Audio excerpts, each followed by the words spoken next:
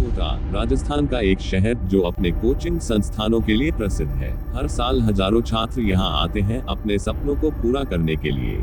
लेकिन पिछले कुछ महीनों से यहाँ का माहौल बदल गया था। एक अजीब सा डर, एक छुपी हुई खौफनाक कहानी जो धीरे धीरे बाहर आने वाली थी। रवि एक 18 वर्षीय छात्र जो इंजीनियरिंग की तैयारी करने कोटा आया था। वह अपने दोस्तों के साथ एक छोटे से किराए के कमरे में रहता था। उसके साथ कमरे में और भी छात्र थे जो अलग अलग शहरों से यहाँ आए थे। सबका सपना था कि वे आईआईटी में प्रवेश पाएं और अपने माता पिता का नाम रोशन करें। रवि पढ़ाई में डूबा रहता था, लेकिन हाल ही में उसके साथ अजीब घटनाएं होने लगी। एक रात जब वह पढ़ाई कर रहा था, उसे खिड़की के बाहर कुछ अजीब सी आवाजें सुनाई दी।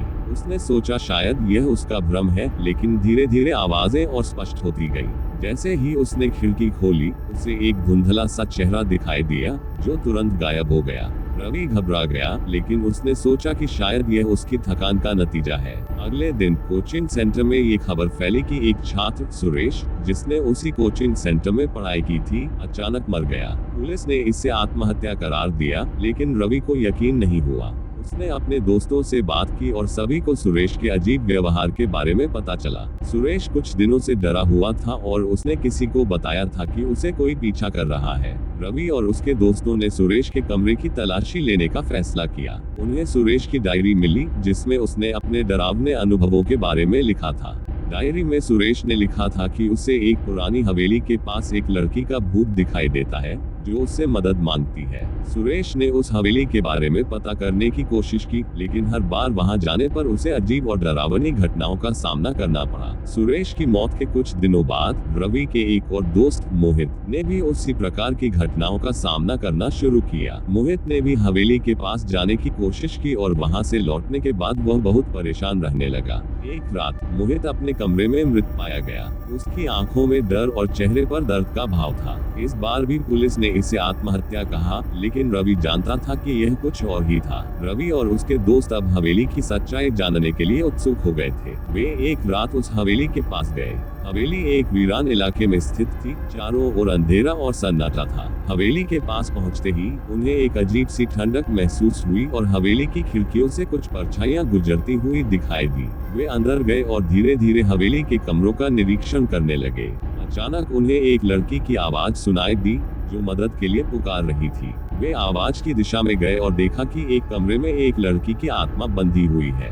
वह कह रही थी कि उसका नाम राधा है और उसे इस हवेली के मालिक ने मार डाला था। वह आत्मा अब बदला चाहती थी और उसी की वजह से छात्रों की मौत हो रही थी। रवि और उसके दोस्तों ने राधा की आत्मा की कहानी सुनी। राधा को हवेली के मालिक ने उसकी संपत्ति हड़पने के लिए मार डाला था और उसकी आत्मा तब से इस हवेली में फंसी हुई थी। रवि ने राधा की आत्मा को शांति देने का वादा किया और उसके साथ मिलकर उस मालिक के काले कारनामों को उजागर करने का निर्णय लिया। रवि और उसके दोस्तों ने इस मामले की गहराई में जाने का फैसला किया। उन्होंने हवेली के बारे में और जानकारी इकट्ठा की और वहां के पुराने कागजात और दस्तावेजों की जांच की। लेकिन इस बीच उनके एक और दोस्त अमित, जो इस सच्चाई को उजागर करने में उनकी मदद कर रहा था, भी मर गया। अमित ने मरने से पहले रवि को बताया कि उसने राधा की आत्मा को देखा था और उसे मदद की जरूरत थी। रवि और उसके दोस्तों ने पुलिस को सारी सच्चाई बताई और राधा की आत्मा को न्याय दिलाने में मदद की। अंततः राधा की आत्मा को शांति मिली और कोटा के छात्रों पर मंडराता खौफ का साया खत्म हो गया। रवि और उसके दोस्तों के साहस और सच्चाई के प्रति उनकी निष्ठा ने राधा की आत्मा को शांति दिलाई। इसके बाद कोटा में फिर से शांति स्थापित हो गई और छात्रों ने अपनी पढ़ाई पर ध्यान केंद्रित किया। रवि और उसके दोस्तों ने इस घटना से सीख ली कि कभी कभी सच्चाई खौफनाक होती है, लेकिन उसे जानना और उसका सामना करना ही सही रास्ता है।